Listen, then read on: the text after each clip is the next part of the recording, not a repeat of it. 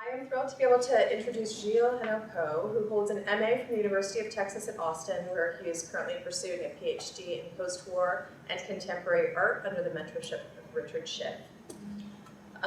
He works closely with Dr. Schiff as a graduate research and teaching assistant at the Center for the Study of Modernism.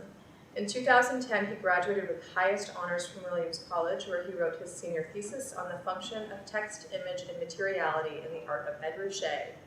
His current research focuses on the relationship between art theory and practice, and artists whose work is often difficult to categorize, including Jasper Johns, Ellsworth Kelly, and Martin Currier.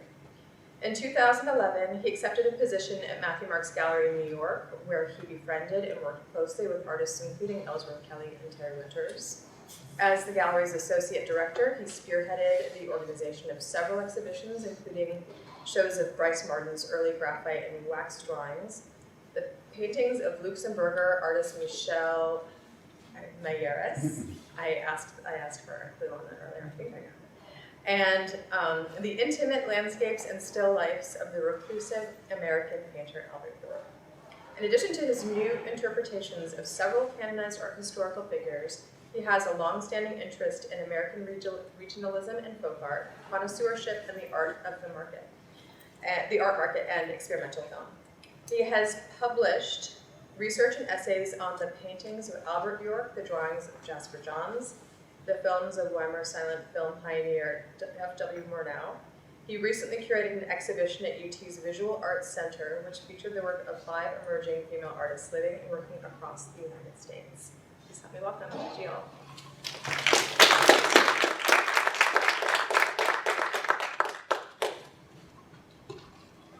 I just wanted to thank the Blanton Museum of Art for hosting this wonderful Year of Kelly series and for graciously inviting me to speak on the subject of chance in Ellsworth Kelly's art. I'd also like to extend my thanks to the Blanton's curator of modern and contemporary art, Veronica Roberts, who's absent today, but she sent me her regards, and for everything she's done in anticipation of my talk. And thank you to the Blanton staff and for all of you for coming today.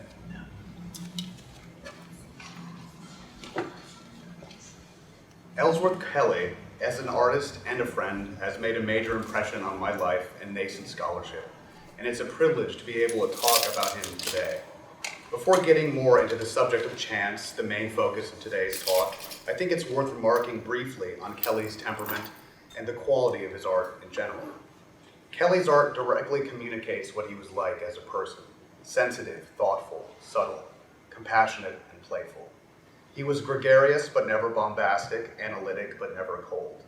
More allied to experience and sensation than to concepts or ideals, Kelly's art partakes in the great flow of life and re-enters it through the active engagement of his attentive viewers.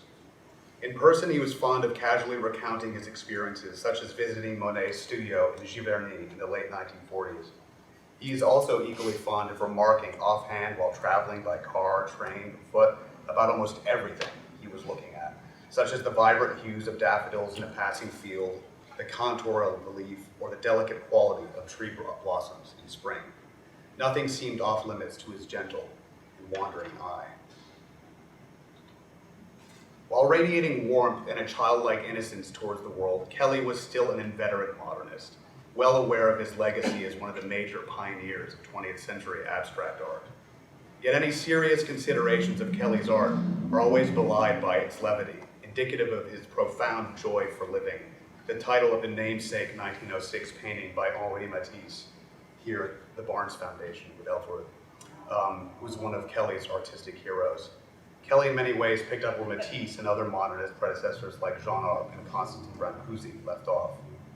In 1954, the same year Matisse passed away, Kelly leaves his adopted Paris, where he had been since 1948, for New York, which was in the grip of a profoundly influential artistic movement known as abstract expressionism, to which Kelly had at best a tangential relationship.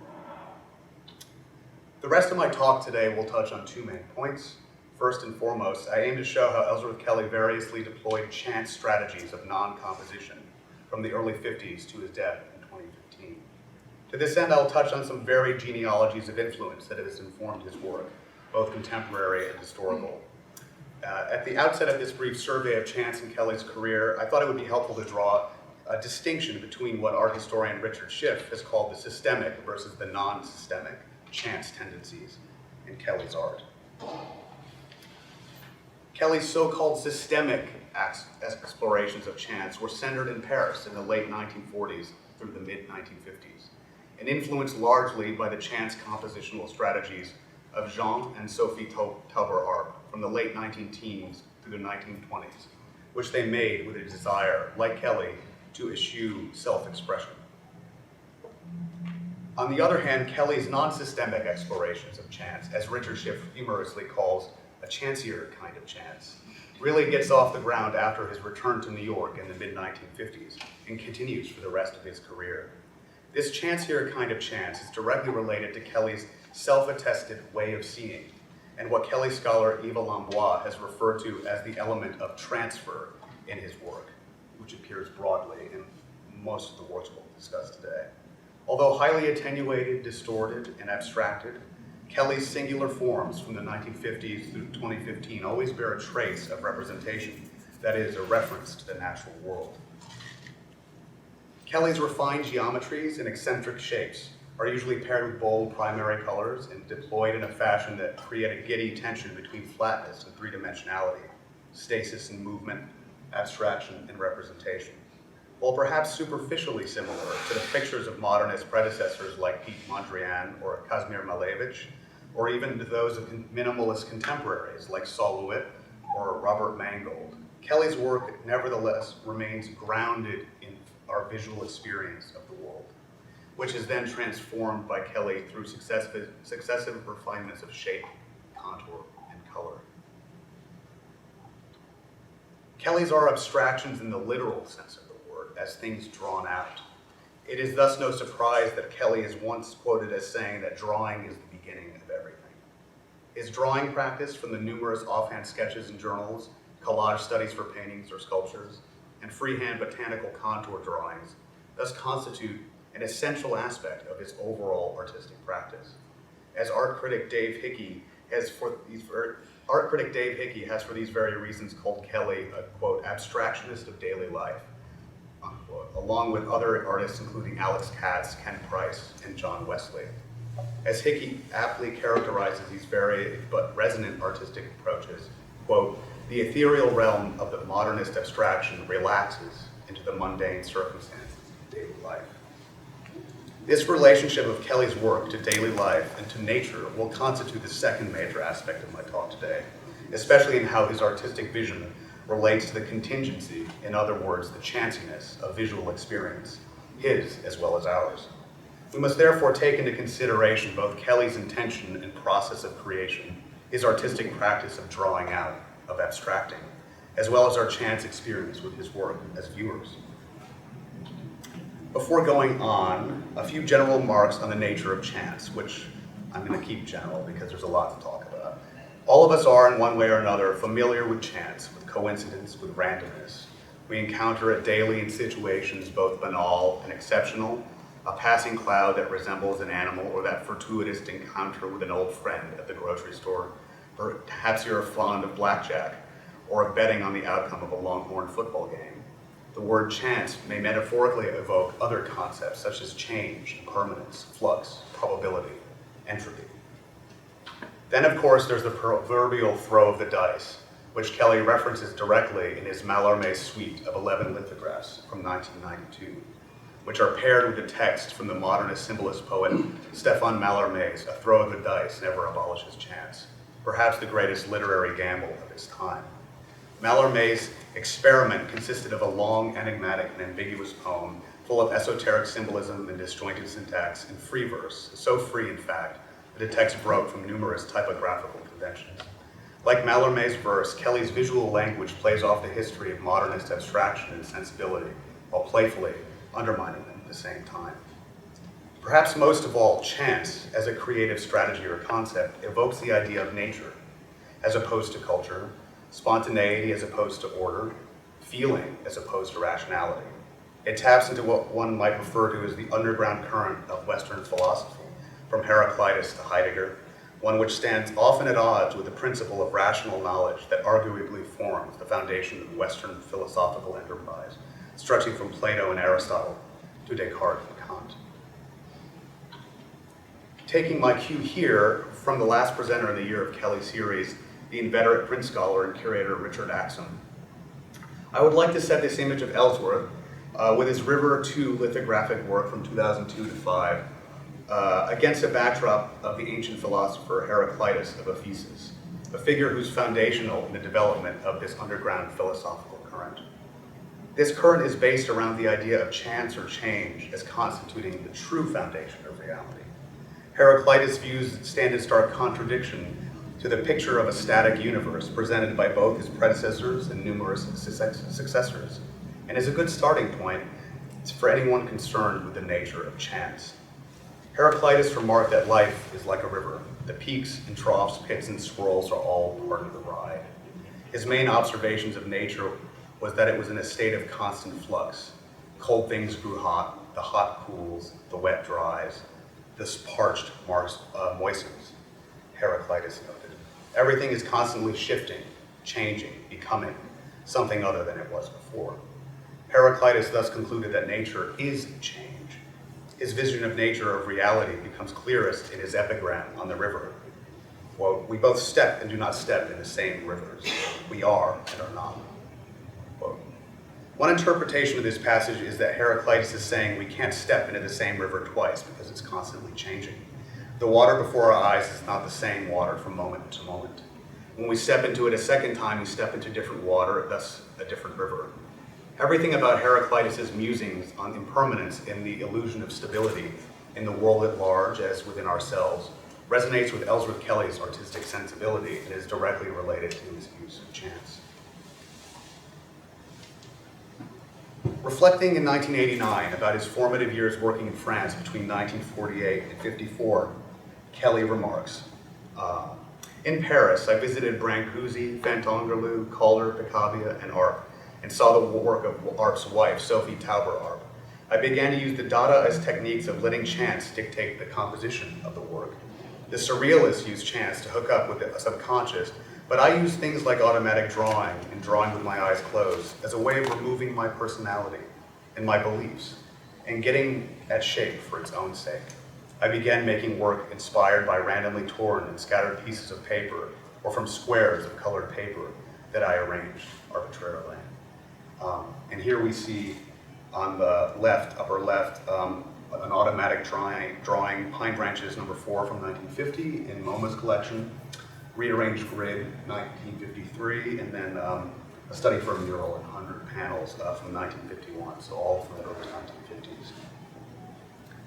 In Kelly's iconic collages and paintings based on them, where he uses pieces of colored paper arranged by chance, we notice numerous iterations on the same idea, several variations on a theme. In these works, Kelly tries various combinations of colored swatches of paper, all of which he bought ready to go in an art supply store and later would pull out of a hat to generate the final arrangement of colors. Here the colors act in some ways like found object. Think of Marcel Duchamp's ready-made, encountered by chance, which are then systematically put through various iterations and compositional strategies dictated once again by chance. These works exemplify Richard Schiff's notion of systemic chance, where Kelly plays chance combinations of colors and patterns off the regularity of the modernist grid. However, not unlike Mondrian or minimalist contemporaries like Judd, the modularity of the grid allows for a nearly infinite range of different articulations, disorder within order, chance paradoxically contained within a system. On this last point, we can't help but think of Marcel Duchamp's famous line about wanting to can chance, a sensibility I think is picked up in these early works by Kelly. But more than Duchamp, Kelly was looking directly to the examples provided by Jean and Sophie Taylor Arp in their collaborative duo collages from the late teens and early 1920s. In this example on the left by the Arps from 1918, we see a direct connection between their experiments with chance composition with Ellsworth Kelly's on the right, collage from 1954. And here we see another example of this variation on a theme, switching out the 9 colors on black for 9 colors on white. And the only colors that change are the 2 interior ones in the background. So he did many iterations of these kinds of things. And from these collages, we can move all the way to from 1954 to 2015 to his last masterwork, the site-specific chapel, Austin, erected just outside. In Austin, we find ourselves with a veritable Gesamtkunstwerk, that is, a totally immersive, multi-sensory installation. In various ways, such as in Kelly's choice to derive Austin's frontally facing stained glass panels on his chance space collages from the 1950s, he partakes in a typical tendency of constantly revisiting earlier periods in his work, like a composer of a symphony taking up and altering a melody from an earlier movement. In these earlier systemic explorations of chance, Kelly was beginning to experiment with what would become a lifelong attempt to eschew self-expression, what he referred to as a desire to remove his personality from his art, something that's hardly an easy task. This is where the systemic chance operations meet the non-systemic, a chancier kind of chance, in Richard Schiff's words, determined by the random flow of everyday life and experience. As Kelly wrote at length in 1969, all art since the Renaissance seemed too men-oriented. I liked the object quality. An Egyptian pyramid, a Sung vase, the Romanesque church appealed to me. The forms found in the vaulting of a cathedral, or even the splatter of tar on the road, seemed a more valid and instructive, a more voluptuous experience than either geometric or action paintings. These new works were to be objects, unsigned, anonymous. Kelly continues, the subject was there already made, and I could take from everything. It belonged all to me, a glass roof of a factory with its broken and patched panels, lines on a road map, a corner of a Brock painting, paper fragments in the street. It was all the same. Anything goes.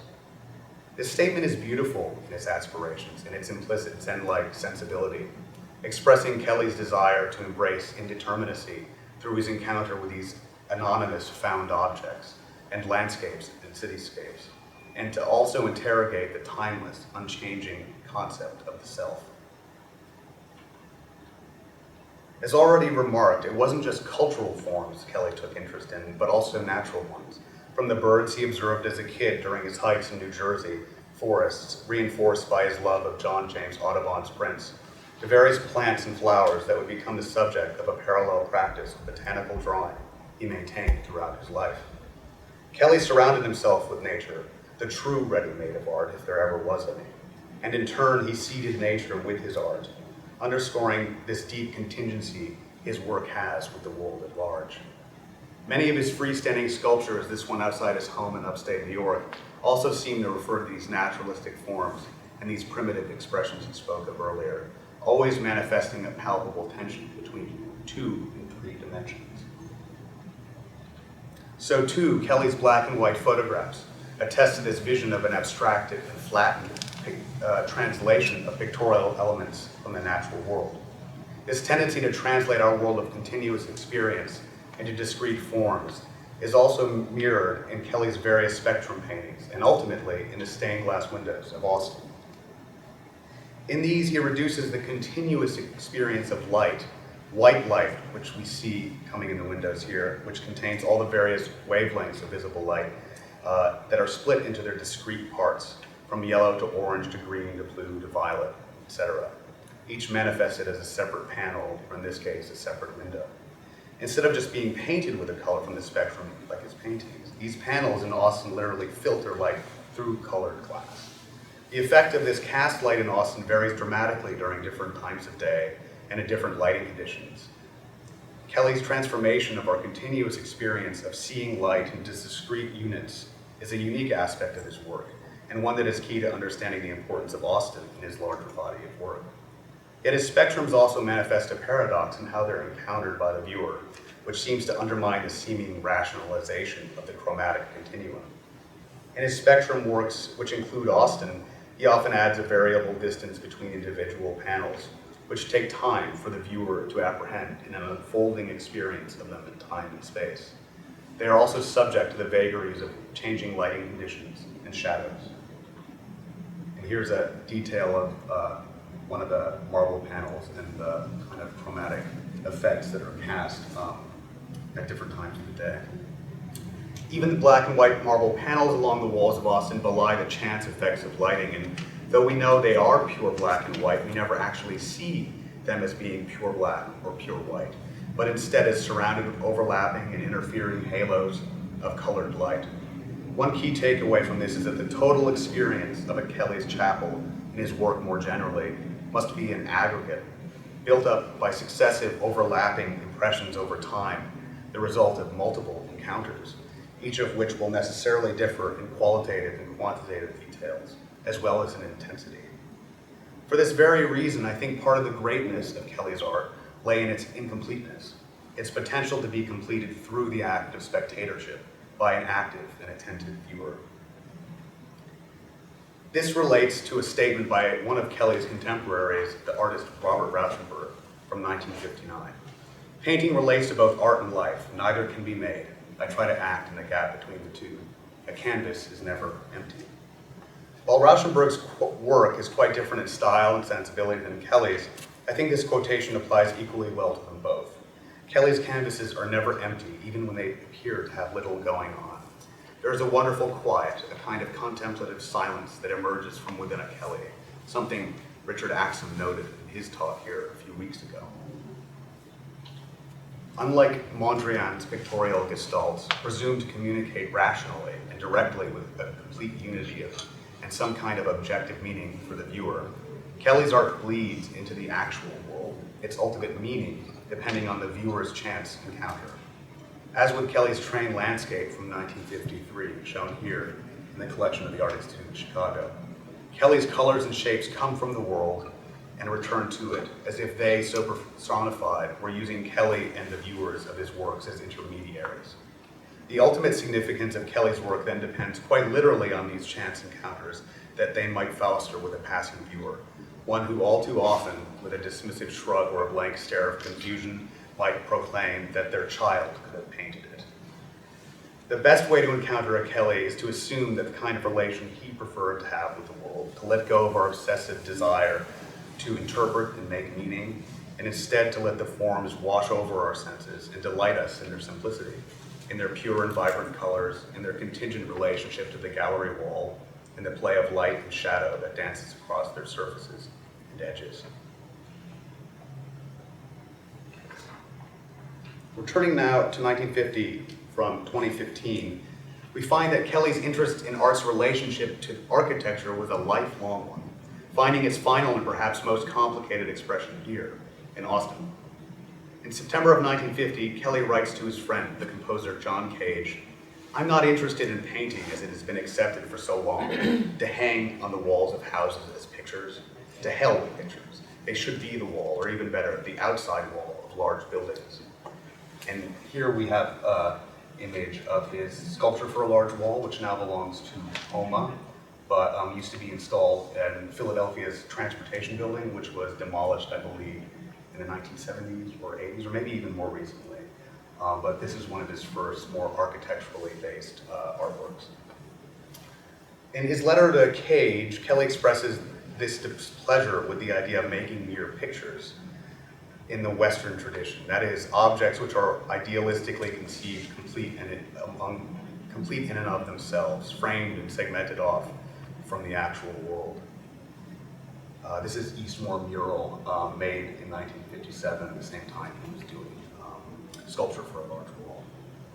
To this end, as we have seen, beginning in the early 50s, Kelly began exploring systemic ways of utilizing chance to invigorate his works and to ensure that both their making and reception would hinge on contingent worldly experience. But Kelly wasn't alone in this aspiration, either in the Americas or in Europe. Unlike other proponents of geometric abstraction from the earlier 20th century, Kelly and several of his contemporaries, from the Americans like John Hage and Robert Rauschenberg, to the French artist François Morellet, or even the Venezuelan artist Jesus Rafael Soto, all shared a desire to transcend the making of mere pictures in an effort to forge a more dynamic interaction between their art with the world and the social sphere. Kelly's friend John Hage, for instance, was studying the I Ching, the ancient Chinese divination text based on chance operations, in order to free himself from traditional modes of musical composition.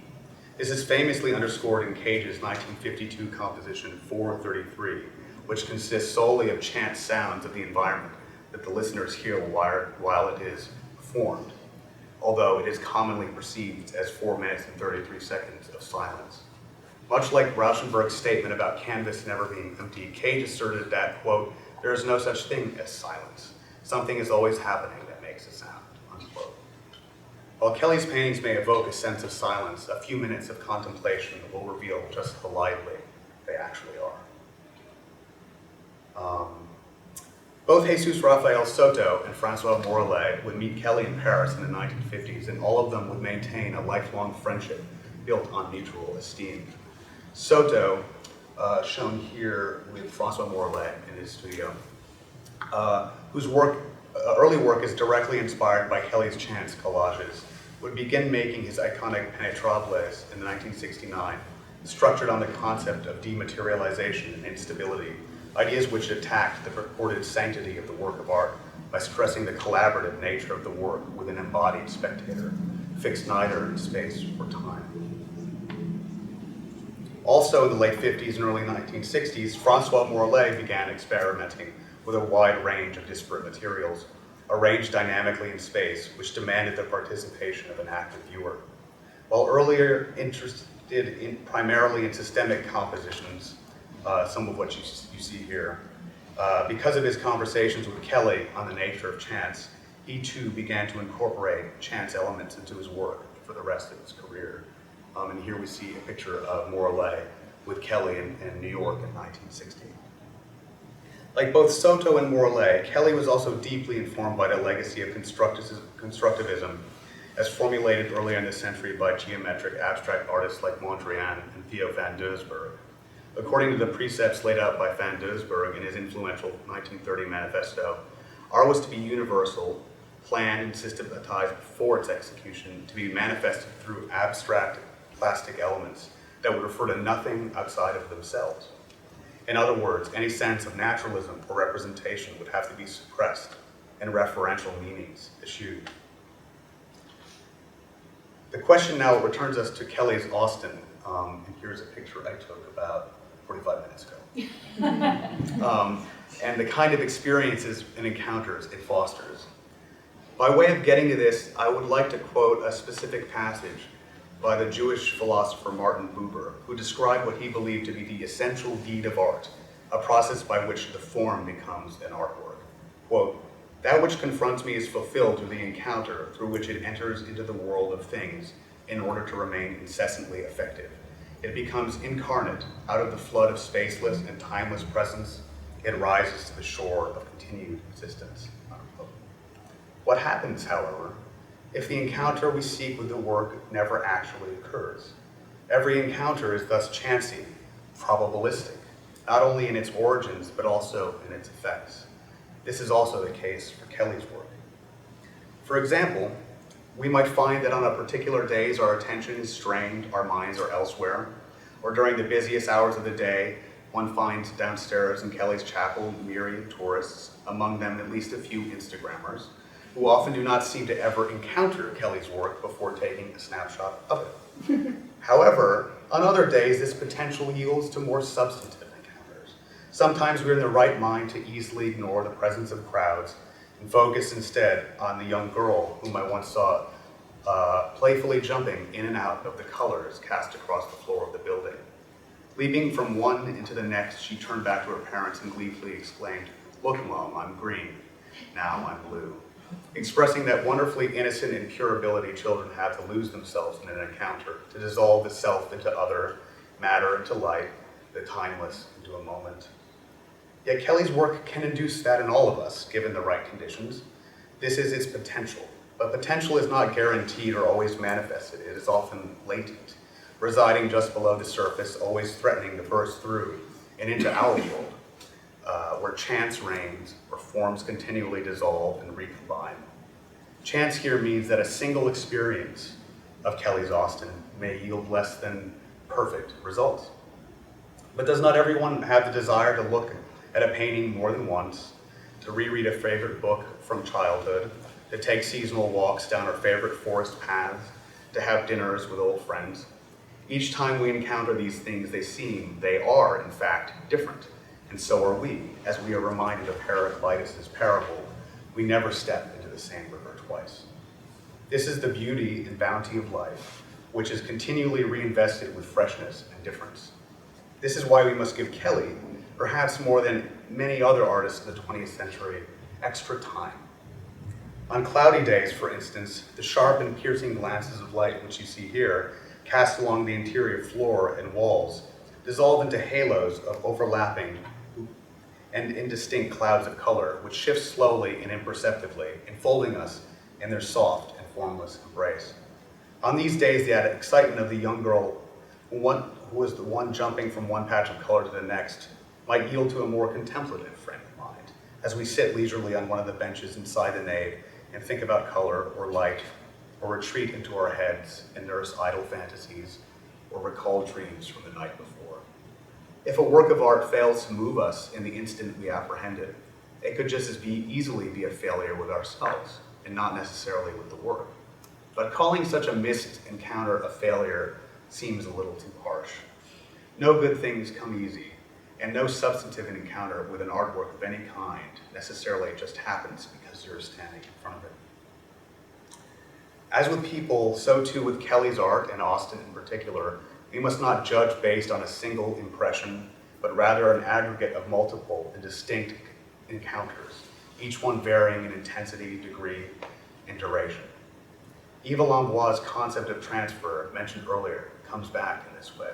And here we see him doing what I call the Kelly lean, when you're trying to check out the edges of a Kelly painting. It not only relates to how Kelly translates the natural world into abstract forms, but also to his singular ability to reproduce the contingent and varied nature of his own encounter as the artist within the work of art itself, and then for us, the viewers. He is always able to preserve something of the delight he felt the moment he laid eyes on the fold of a daffodil's petal, or the shadows he saw cast along the floor of a bus. Kelly's way of seeing describes his way of encountering the world. Kelly's abstraction, once again, should be considered in its etymological sense, as a drawing from or out. That is, a perception of a world that is drawn literally, pulled from reality and presented in a condensed and refined form. This is the essence of his abstraction, which reduces the world to flat planes of color and simplified geometries, yet which still has the potential to reinscribe that world with plenitude and mystery. In this way, Kelly's abstraction manifests a palpable tension with his modernist roots. While he never completely broke from geometric abstraction or even a tacit pursuit of universalizing tendencies, he nevertheless sought to bring the contingency of lived experience and the randomness of worldly life back into his art. This relates nicely to how Jesus Rafael Soto explained the genesis of his own early 1950s paintings, which, like with Kelly, found some inspiration in Impressionism. Soto writes, "The concept of composition no longer exists because it is in an order that can be repeated ad infinitum, and where every segment is equal to the whole. The work was just a fragment of an infinite reality. Of course, this is why I like Impressionists, because they cared primarily about light and its vibration as the essence of everything." Unquote. It is no wonder, despite their divergences from the 60s to the early 2000s, that Kelly and Soto remained close friends. In a way, despite his work's superficial resemblance to the likes of Mondrian, Kelly's truest inspirations lie with an Impressionist sensibility, especially in the art of Monet, another one of Kelly's heroes, and whom he credits with inventing the monochromatic canvas with his late life large-scale water lily paintings. In the post-war era, Kelly continued to find ways to challenge and expand the repertoire of geometric forms, to reconnect with the built environment and the world at large, in ways not unlike the aspirations of his friends Hage, Morellet, and Soto. In this nexus, we find a tension between universalism and singularity, discreteness and continuum, object and subject, artwork and our unstructured and unplanned encounter with him. This may be how geometric abstraction, the dominant feature of Kelly's larger body of work, serves to both underscore universals of visuality, as well as to simultaneously throw in relief the contingent, unmediated, unpredictable nature of individual subjective experience. The interactions between art and life, or art and architecture, would thus increasingly hinge on this chance dialogue fostered between the viewer and the works of art in space. Unlike the framed, bounded, pictorial effects of early 20th century champions of geometric abstraction, Kelly's work remains to some extent incomplete, perhaps only nearing completion in a kind of encounter, an event, or a succession of overlapping events that collapses the artwork with our experience of it. In this sense, the artwork becomes stripped of its essential value as a stable carrier of meaning, as has been traditionally understood. This wonderful tension of Kelly's art, and especially in Austin, is elegantly expressed by Soto's concern for, as he put it, quote, bringing matter back to its essential value, energy, how to transform material elements into a chance state or vibration, quote. Ellsworth Kelly's Austin thus becomes like a dynamic organism for facilitating chancy encounters. The stability of its limestone bricks and mortar, its hand-blown stained glass or polished marble reliefs, all belie its constant state of flux, being set in and among the changing sun and seasons, constantly filled and emptied by crowds of tourists or an occasional graduate student looking for respite and reflection. Without knowing for certain, I believe Kelly would find Soto's statement above resonates with his own sensibility, which, though at times seemingly paradoxical, resulted in the creation of thousands of artworks that continue to challenge, annoy, enlighten, delight, and invigorate those of us who are lucky enough to come in contact with them. They leave no singular impression, but rather a multitude of scintillating and overlapping sensations, somewhere between us and them, dematerializing and rematerializing, making us acutely aware of our being alive, embodied, and endowed with a universal human capacity to see, feel, and enjoy. Thank you.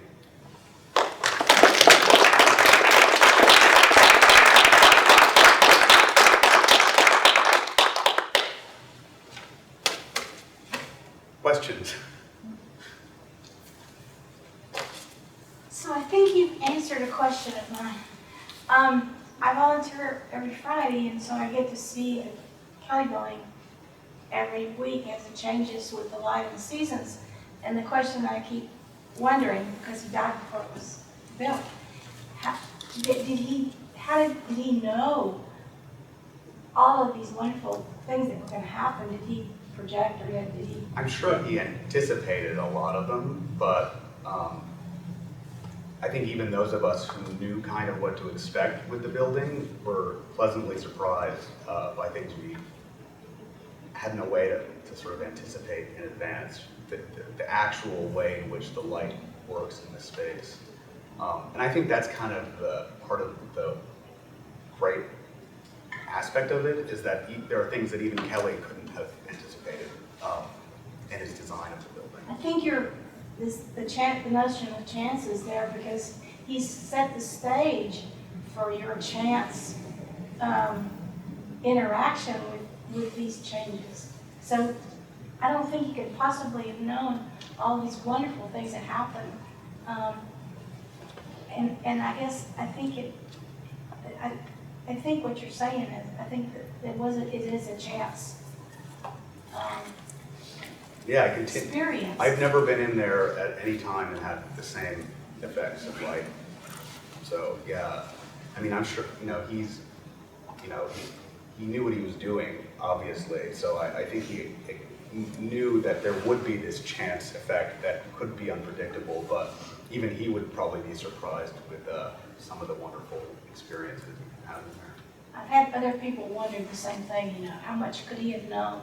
But I really appreciate this concept because it answers the question, I think, for me.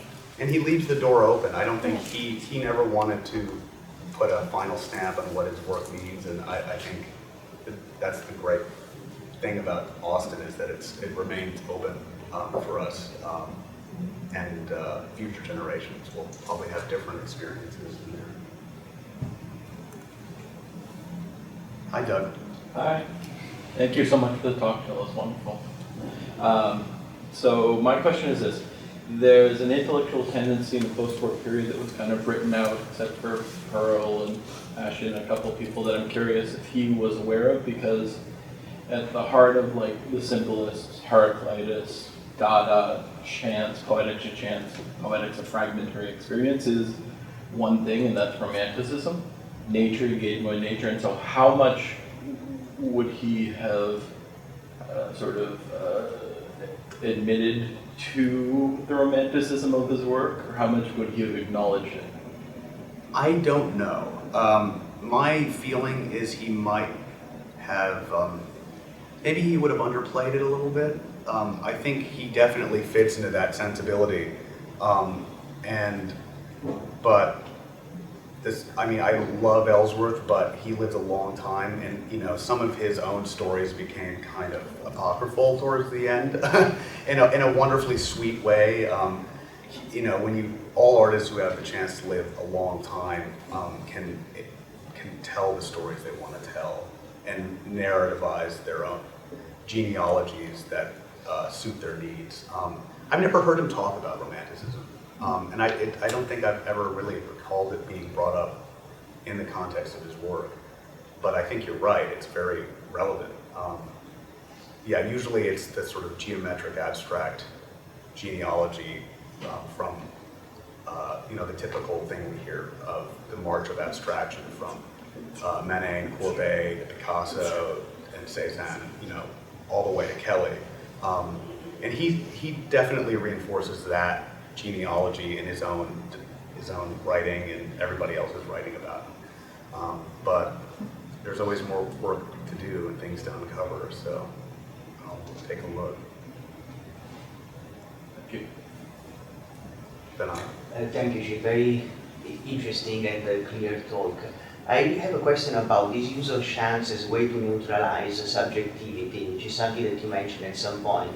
And it's something that we do not find only in Ellsworth Kelly, but in a great amount of artists in the post-war era. Thinking also at Wittgenstein, Warhol. I think Al Foster, he also wrote a book on 5 pop artists, mostly building his argument around this idea of the neutralization of subjectivity. And it's easy to imagine some of the historical motivations about it. If you just think about totalitarians, regimes, but also that would be already enough. And why many artists, they felt this need to reject that kind of constructed subjectivity in advance. Do you think that there are also other motivations? What we can say about this idea of using chance as a way to neutralize subjectivity, looking at the historical milieu, and in general, and also the history of art? Well, it's definitely in fact, Yves Lambois, who I mentioned a couple times, gave a really interesting talk a few years ago called The Difficulty of Erasing Oneself, Non-Compositional Strategies in 20th Century Art. So he talked about everyone from Malevich to Kelly to Warhol, and this sort of modern problem of selfhood, of denying or reaffirming oneself.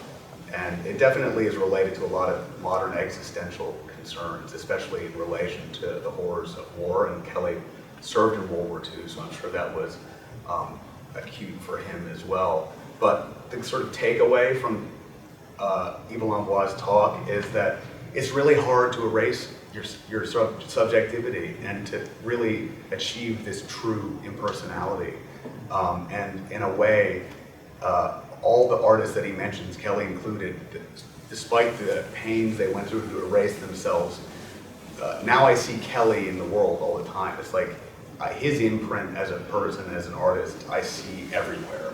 So it's like, I'm not sure how successful such a strategy actually is in this denial of selfhood. It's an interesting topic and one that I'm trying to sort of learn more about from my own research. But there is often a kind of apocryphal reinforcing of this idea of Kelly's impersonality And I think any of us who've seen his work don't find it impersonal or cold in the least. I mean, an Andy Warhol is way more impersonal than an Ellsworth Kelly. So I think that's perhaps one line of that Kelly himself liked to kind of mythologize, which, you know, I can't fault him for in the least, but it's an interesting topic, and I would have liked to talk more about it, but, you know, we only had a limited amount of time. Could you remind me which chance was supposed to be chancier, the systemic or non-systemic? The non. It's basically his whole way of seeing the world. Because that seems like subjectivity. I mean, it's his way of seeing the world. so I think there's like, you know, he has that authority over which chance encounters become aesthetic experiences for him. Yeah, the choice then becomes and choice is a subjective And thing. so I would say that his more systemic works, like the ones he did in France in the 40s, would be at the same time establishing more rules, but in order to erase his subjectivity, which is a weird kind of totalitarian approach to the erasure of subjectivity. There's this constant paradox between rules and systems and chance and contingency. You find in his work and in a lot of the work of his contemporaries. And I brought up Morale and Soto because I kind of wanted to give a broader international look at, he's really far from the only one interested in these concerns. And I only recently sort of looked into his relationship with these other two artists. Morale actually had his first major show of art here in the US at the Dia Foundation last year. He's one artist, and I don't see much Soto, although we might have one up on view in the Blanton right There now. once was a Soto here in the exterior north wall. Do you remember? The yellow one that was Yes. hanging outside. Yeah. It's a Soto. The strands. And I think you might have a small painting with a little thing hanging in front of it in the galleries across the street. Yeah. But yeah, it's definitely a paradox of a sort, and I haven't really sorted it out yet because there's a lot of mythologizing of these kinds of things, both in the literature and then by the artists themselves. And Kelly's by far not the worst mythologizer of his career. Well, thank you. If there are no other questions, thanks everybody for coming.